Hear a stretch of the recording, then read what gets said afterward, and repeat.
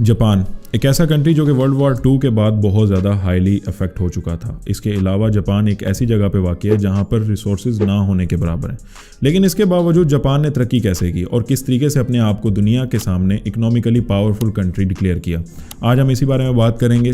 Start करते हैं। Japan अपनी पुरानी रिवायतों को अपनी नस्लों तक मुंतकिल किया, जिसमें से काइजन, जिसका मतलब एक छोटे से काम को मुकम्मल करके अगले काम की तरफ शिफ्ट होना और मुसलसल इंप्रूवमेंट करते रहना। दूसरा मोटानाई, यानी जरा से वसाइल को भी खराब ना होने देना, किसी भी चीज को वेस्ट ना होने देना। तीसरे नंबर पे गोमान, यानी कामयाबी के लिए कंटिन्यूअस एफर्ट्स और कंटिन्यूअस स्ट्रगल करना। जहां पे ये लोग स्मार्ट हैं वहीं पे ये लोग अपने हार्ड वर्क के ऊपर भी बिलीव करते हैं। चौथे नंबर पर ओमोटेनाशी, यानी कि हॉस्पिटैलिटी या कस्टमर सर्विसेज। इस तरह के और बुनियादी और आबाई असूल ये लोग फॉलो करते हैं और पर्सनल ग्रोथ पर अच्छे तरीके से तवज्जो देते हैं। इनफरादी कुव्वत के बाद बात करते हैं कौमी तरक्की की। जापान ने सबसे पहले इंडस्ट्रियल ग्रोथ पर शदीद तवज्जो दी और अपने लोगों को जदीद स्किल्स खाए और अपने लोकल ब्रांड को दुनिया में मुतारिफ कराया और अग्रेसिव एक्सपोर्ट भी किया। आज अगर हम अपने इर्द गिर्द नजर दौड़ाएं तो हमें बहुत सारे जापानी प्रोडक्ट्स नजर आएंगे जो कि उनकी कामयाबी का मुंह बोलता सबूत। उसके बाद बात करते हैं अडेप्टेशन टू न्यू टेक्नोलॉजी की।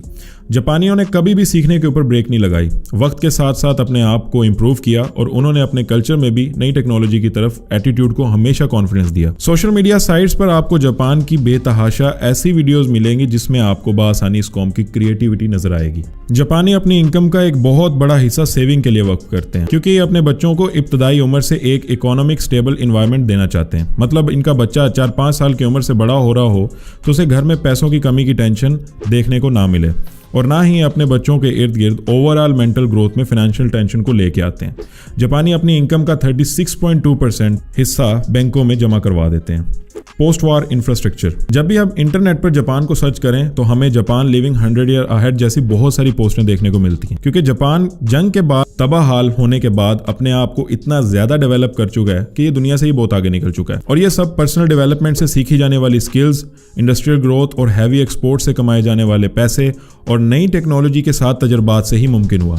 यहाँ एक और बात का इजाफा करूं जिससे आपको इनकी सोच का अंदाजा लगाना आसान हो जाएगा कि इनकी नस्लें तबाह करने वाले अमेरिका से जापान ने जंगी तौर पर बदला नहीं लिया, बल्कि माशी तरक्की करके अपने आप को इनसे आगे किया। जापानियों के मुताबिक व्हाइट हाउस में जापानी ब्रांड का टीवी नस्ब होना इनके बदले की कामयाबी का एक मुंह बोलता सबूत है।